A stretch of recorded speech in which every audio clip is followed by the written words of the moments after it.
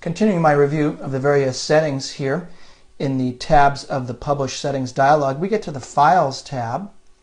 Use the Files tab to set file options for projectors.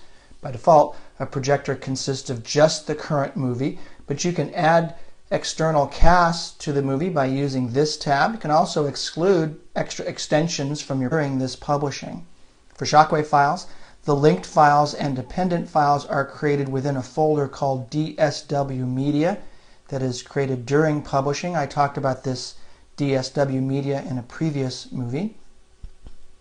Now this is one of the more complex and confusing options here, because external cast files for projectors will be converted to .cxt files and placed in a path relative to the projector file. For Shockwave files, the external cast files are converted to .cct files and placed within the DSW Media folder. So what I recommend that you do is do some trial experiments with this option enabled and disabled. Notice where things are going and notice the relative paths that are being created by Director to get a handle on what's really happening with this option, copy linked and dependent files.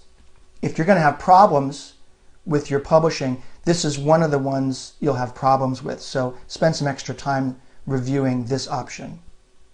Next, you have a button here labeled Add Dependent Files. Click on this button to add any dependent files to the project. Any files other than extras, linked files, and linked casts can be considered as a dependent file. This option is typically used for files referenced through scripting. If you select a dependent file from a folder that is within the movie folder or its subfolders, the file is published to a folder relative to the projector file.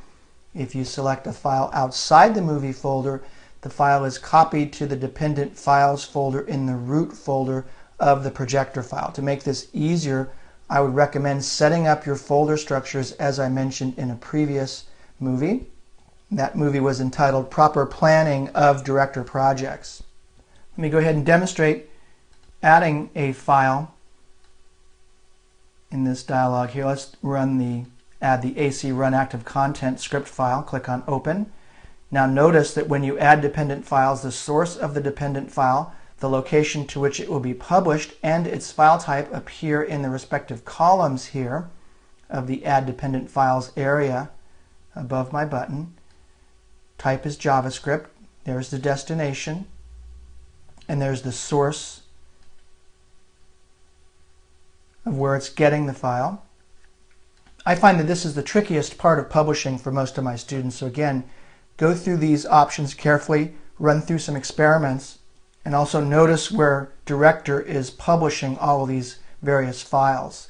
To remove files from the list, simply click on the file and then press the Remove Files button. Pretty straightforward.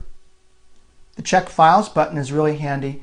Use this to check whether dependent files exist in the specified location. The button below here, Add Additional Director Movies and Casts, are for doing just that, adding Director DIR files or cast files to this Director project. You have some more options down here. The Play Every Movie in List allows you to play all the movies in your movie list that you added up above. The Loop option will continuously play the movie until the movie is closed.